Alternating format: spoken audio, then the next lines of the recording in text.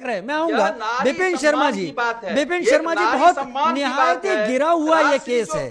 यहाँ पर जहां पर विपिन शर्मा जी, जहां तेजस्वी जी की पत्नी पर ये बात होती है, जहां प्रधानमंत्री के बारे में बोला जाता है, अभी विपिन शर्मा जी अगर चुनाव से पहले हो रहा है, विपिन भाई आपको क्या लगता है हम गिरावट देख रहे हैं क्या?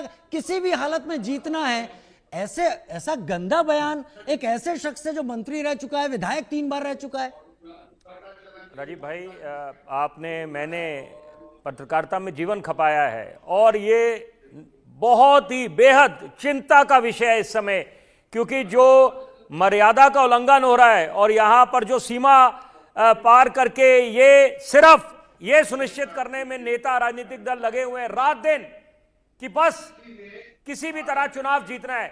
भाषा का कोई ध्यान नहीं रखा जा रहा, अमर्यादित भाषा बोली जा रही है। तो आप क्या मिसाल कायम करेंगे, क्या नजीर पेश करेंगे एक आम आदमी के सामने जो इतनी मशक्कत करता है, इतनी उम्मीदें लगा के बैठता है, जब अपने कंफर्ट जोन से बाहर निकलता है और लोकतंत्र के महापर्व में अपनी भूमिका निभाता है। In the festival of democracy he participates with great enthusiasm.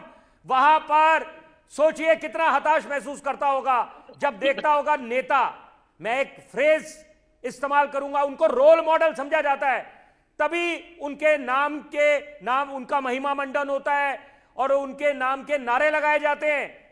तो यानी कि उसके बावजूद अगर ये नेता ऐसी अमर्यादित भाषा बोलते हैं, और खास तौर पे आधी आबादी, क्या ये भी इनको याद दिलाना पड़ेगा कि आधी आबादी, आप एक तरफ बात करते हैं कि हमने अपने देश को महाशक्ति बनाना है और यहां पर बड़े बड़े सपने आप दिखाते हैं लोगों के सामने जाके जब चुनावी मैदान में रैलियां करते हैं, उसके बाद नारी के सम्मान को कैसे भूल जाते हैं आप?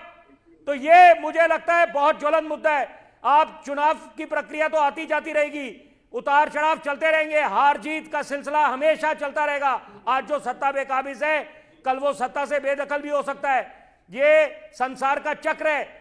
ये कोई ये समझ के बैठा है कि हमेशा के लिए सत्ता पे काबिज होगा, ये मुमकिन ही नहीं है।